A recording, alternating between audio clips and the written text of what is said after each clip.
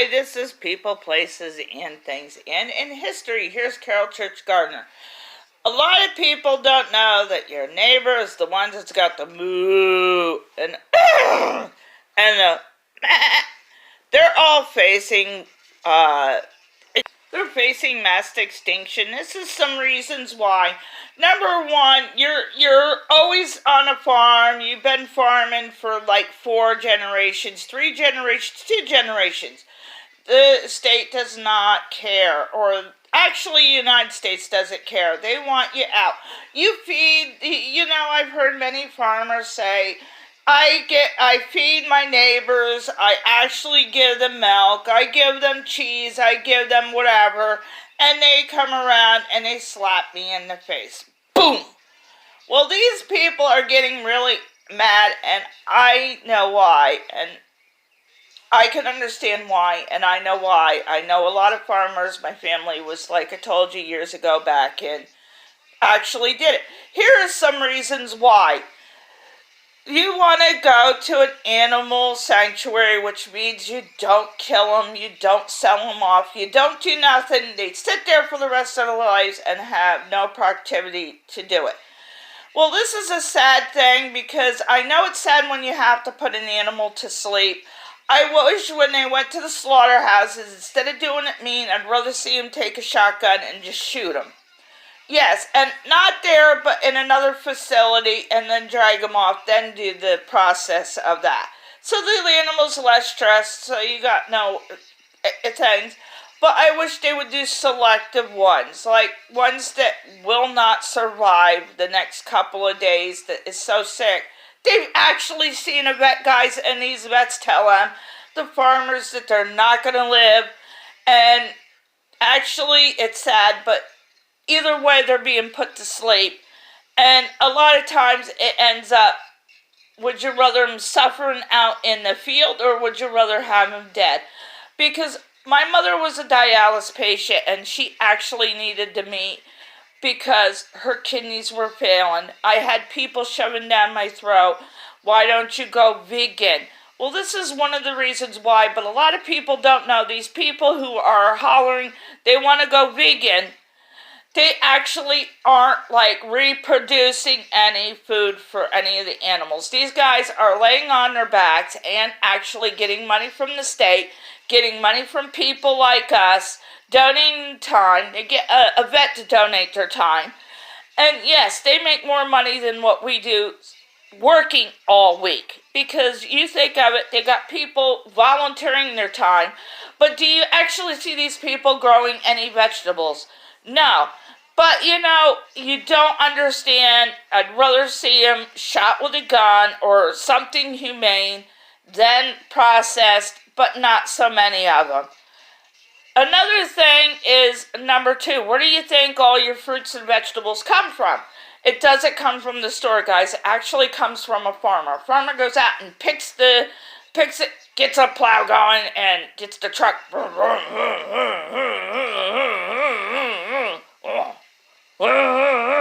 The tractor. Okay, so he goes out and he plows and he does the field, and he actually gives it to it. These are actual people we should stand up and, fight for. These people that's actually got the petting zoos. This is number 2. The petting zoos are there just for you guys to go in and get that little bunny, and when they're no longer needed or there's a problem with them, they go to the slaughterhouse. No, you guys don't realize this. They might go to the slaughterhouse, and not only are the people with the sanctuaries, but these people are taking a lot of your money and time, and also you're feeding their animals for free, just like the sanctuaries. Wake up, guys. What are you thinking? These guys aren't reproducing food for you. And another thing, now they're telling people who has animals, you must have actual, see a vet and all.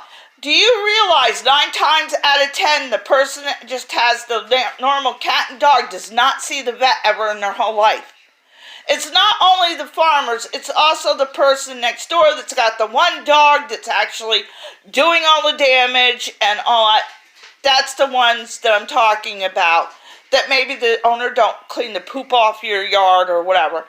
But you know, you don't think that a farmer needs it. And not only that, guys, now they're also picking on the organic farmer, that's the family farmer. Yes, but we do not realize that all these farmers that puts the veggies, their animals, whatever you're eating on the table, do you realize that they're there and they're not being helped? They're paying all this stuff out of pocket. They got to pay for the seed. They got to pay for actually their taxes, and they're high. No, nobody cares. You just care to go to the petting zoo or this other person. I'd rather help a farmer out. I'm too sick right now, but I really do help out farmers when I can, when I have the time or the money or whatever.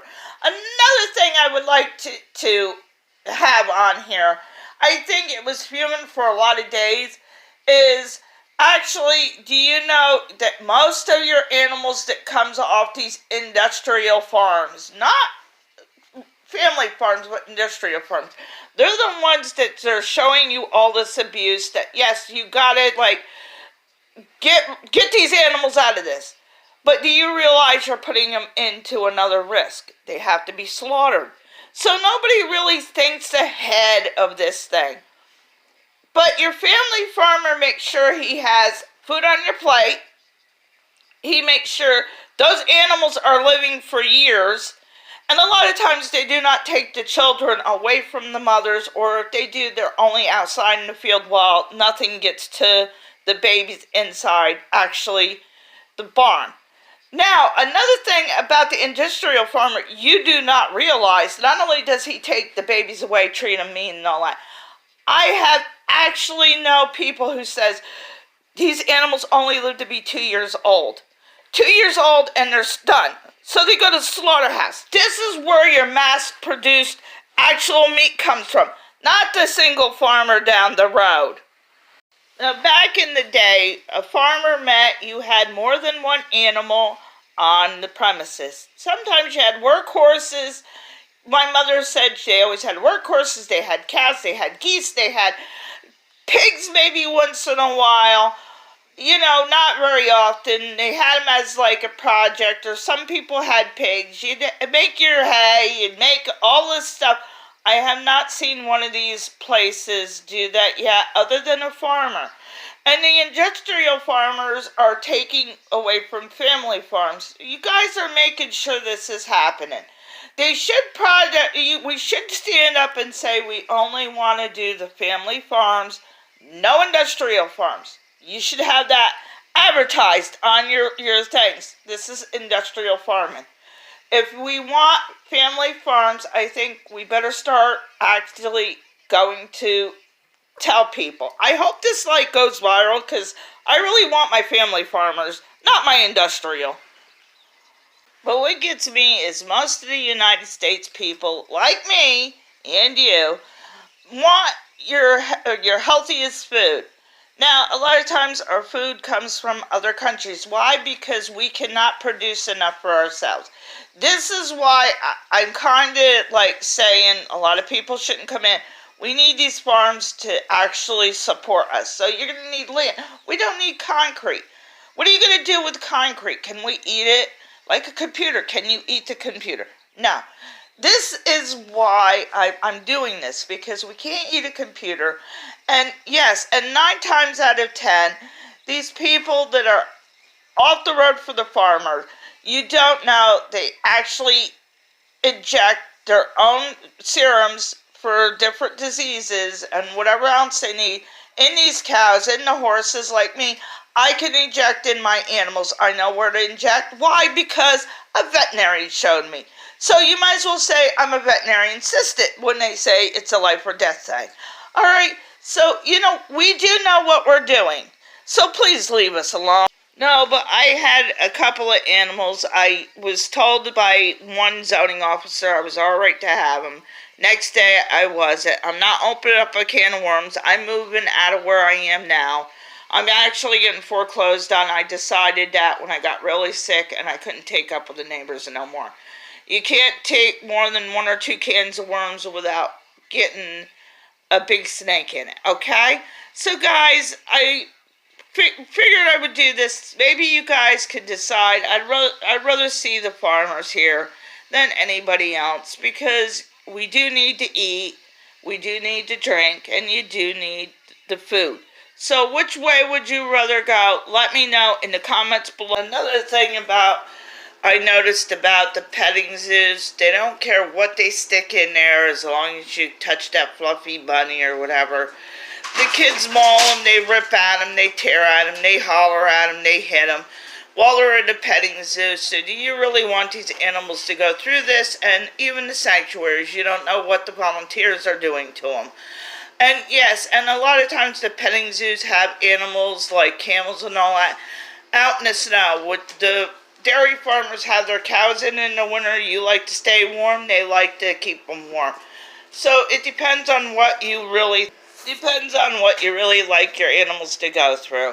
Guys, some of them has a mountain snow, some of these sanctuaries, the petting zoos, they have animals that's not supposed to be here, in snow, in things.